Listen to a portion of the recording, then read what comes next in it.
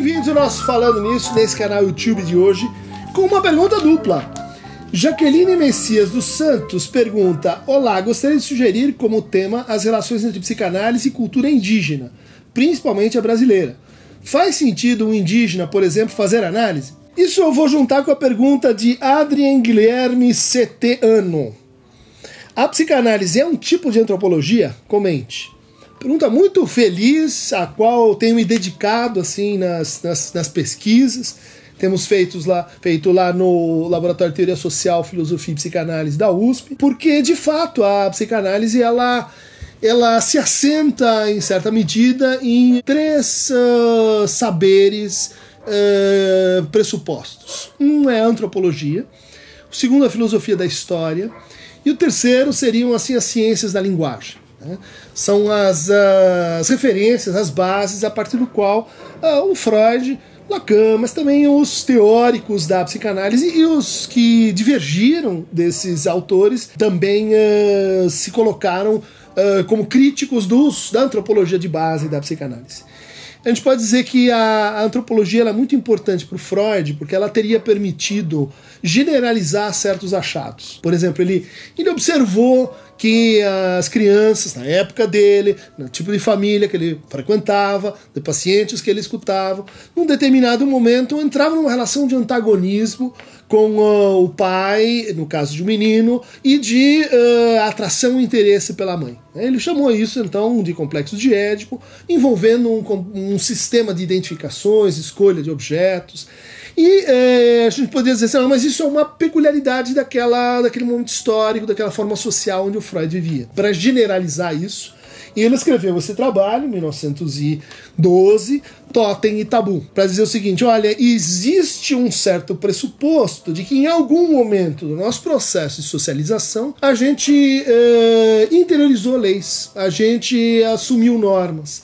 E esse processo de interiorização ele poderia ser então associado com a passagem da natureza para a cultura. Aí ele vai discutir a universalidade do tabu do incesto, ele vai mostrar como essa universalidade ela tem que ver com a proibição de certas relações, e a gente não proíbe aquilo que a gente não deseja, portanto ele vai assumir que há um desejo que é formativo da lei e da relação com a lei, importante então para a psicanálise. Totem e Tabu é também um marco do entendimento de como as crianças e as culturas fazem uma espécie de mito sobre a origem. Então, os clãs totêmicos, né, ligados a esse animal, aquele outro animal, seriam formas de reverenciar e de se colocar em relação a uma espécie de pai mítico, de pai originário, que em Totem e Tabu o Freud chama de Urfata, de pai primevo. Um mito, e a gente vai dizer assim, isso é uma teoria antropológica ou é um mito trazido pela psicanálise, um mito moderno? Difícil, porque essa questão ela se coloca para todos os antropólogos. Como é que a nossa antropologia interpreta, mas também é interpretada pelas antropologias indígenas, pelas antropologias de outras culturas. Esse é um dilema, né, que permanece e que faz parte dos debates antropológicos contemporâneos. Mas então, esse mito estaria definido mais ou menos assim: no início o pai primordial tinha acesso a todas as mulheres e excluía os seus filhos homens, que tinham que se virar assim erraticamente entre si. Esses filhos homens se reúnem, assassinam o pai e percebem que se qualquer um deles assumisse esse lugar pela prerrogativa de força ou pela prerrogativa de poder, seria também ele assassinado. Então o que se forma aí? A ideia de que é preciso manter esse lugar do pai enquanto morto, que é preciso cultivar esse lugar como uma referência de origem, para justamente a gente estabelecer uma regra de interdição. Então, a partir daí, teria surgido então o parentesco. Você pode se casar com qualquer mulher, menos esta. Você pode ter filhos com qualquer mulher, menos as que pertencem ao mesmo clã, ao mesmo totem ao qual você está afiliado. No fundo, a antropologia freudiana é uma tentativa de resolver esse problema de como é que a filiação filiação humana, ela não é uma filiação natural, nós não temos uma prole, né? Ela é uma filiação simbólica. E como é que a gente junta essa filiação simbólica com os nossos desejos e com a lógica de assim, inibição, de recalcamento, de restrição dos nossos desejos? Então isso está posto aí na antropologia do Freud. Há suplementos a essa antropologia, no meu entender o texto de 1919 sobre o infamiliar é uma espécie de contra-antropologia, e a antropologia do Freud ela foi lida por um antropólogo muito importante chamado Claude Lévi-Strauss, que mostrou que o entendimento que ele tinha da exogamia e do tabu do incesto e das relações entre natureza e cultura era um entendimento parcialmente equivocado. Mas a partir do problema posto pelo Freud, então ele vai desenvolver a sua teoria antropológica conhecida como estruturalismo. Nesses trabalhos dos anos 50, reunidos aqui em Antropologia Estrutural, e eu cito 3, Feiticeiro e sua magia, a eficácia simbólica e a estrutura dos mitos, o Lévi-Strauss diz coisas como: o psicanalista é o xamã moderno. O psicanalista ele faz o que o xamã faz nas culturas tradicionais, só que nesse universo que é o universo da modernidade e da formação de indivíduos. Daí que o Lacan pegou essa ideia e disse: olha, as neuroses elas são mitos individuais, ou seja, mitos que perderam a sua função coletiva, oral, ligada às sociedades aferentes. E vai dizer, a individualização pode ser pensada como uma espécie de patologização do mito, né? Ou como uma transformação da sua função social. E daí a gente poder dizer assim, a neurose é propriamente enquanto algo que demanda um tratamento individualizado, que está baseado num certo sentido de ressignificação das narrativas e de realocação de significantes, é algo que é então proposto e suposto para a modernidade. Estamos falando aí século XVI, século XVII. Mas o Lévi-Strauss também, nesse trabalho sobre eficácia simbólica, mostra que, de raiz antropológica, a explicação para como a gente consegue reverter sintomas mentais, né? Sintomas como, por exemplo, dores físicas também, às vezes, né? Como nas conversões histéricas, ideias obsessivas, fobias, como a gente consegue reverter sintomas mentais pela palavra, né? Falando com a pessoa num determinado regime de relação. A psicanálise chama isso de transferência. Ele vai dizer, isto é possível, porque isso sempre foi possível graças a... Bom, e aí ele descreve esse fenômeno antropológico chamado a eficácia simbólica dos mitos, a eficácia simbólica dos ritos. Também no seu texto sobre a estrutura dos mitos, o Lévi-Strauss vai dizer, olha, o que o Freud fazia, ele pensava com os antropólogos da sua época. Robertson Smith, Darwin, Atkinson, a antropologia ela avançou, então agora a gente pode repensar esse problema e reconfigurar a relação natureza e cultura em termos estruturais, né?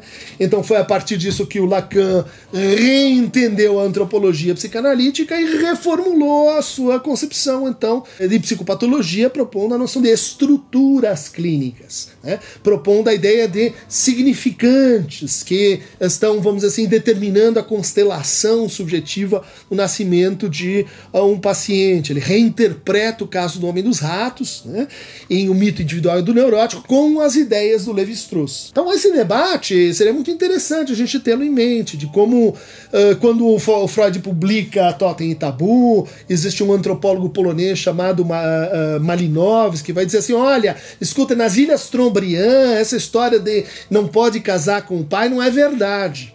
Bom, outros antropólogos, inclusive de formação psicanalítica, particularmente a escola húngara, que foi muito importante nesse processo, vão dizer, olha, é verdade, nas Ilhas Trombriand e em várias culturas, na Polinésia, também na África, o incesto, tal como a família burguesa que a gente conhece interdita, não é interditado, mas existe uma regra de parentesco, existe uma regra do tipo N-1, que pode ser com o tio materno, que pode ser com algum outro elemento da estrutura familiar. Gruber fez uma resenha muito importante nos anos 40 sobre o impacto das teorias psicanalíticas em antropologia.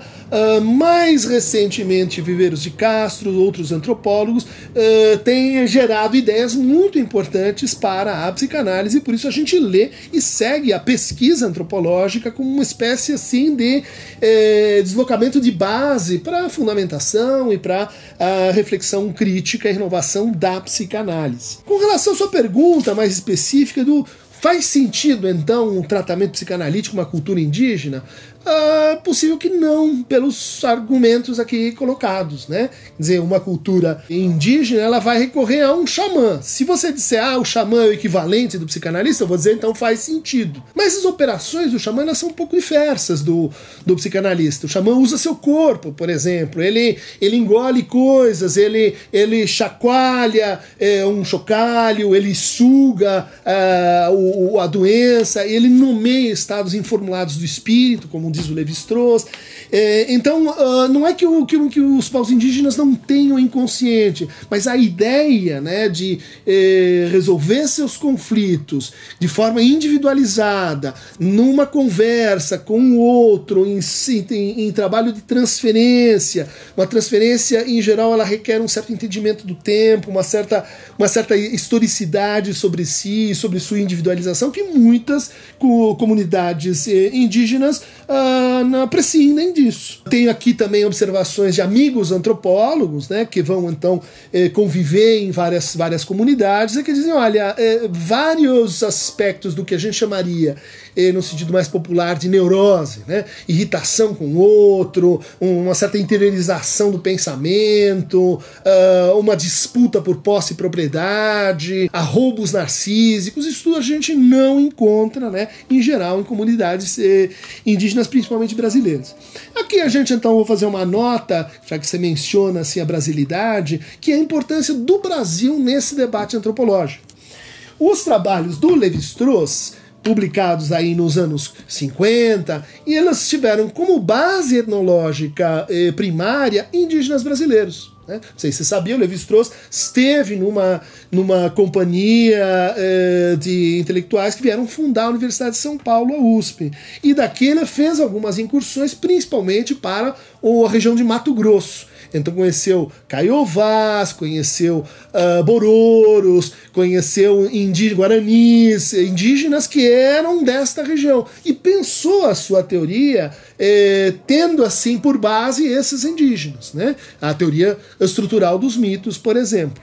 A antropologia mais contemporânea, inclusive herdeira de Lévi-Strauss, vai trabalhar e vai descobrir que existem diferenças muito significativas do mito e da estrutura social desses povos para, por exemplo, os povos do Alto Xingu, né? Surianis, os Arauetés, Tupinambás, Caiapós, né? E que quando a gente fala nos mitos estruturais, talvez a gente devesse opor assim, os mitos totemistas aos mitos animistas. Isso é um ganho, no nosso entender, assim, de impacto extremamente renovador para a psicanálise. Estamos trabalhando nisso. Se você tiver interesse, dá uma olhada no meu livro Mal-Estar, Sofrimento e Sintoma, que saiu aí pela Boitempo.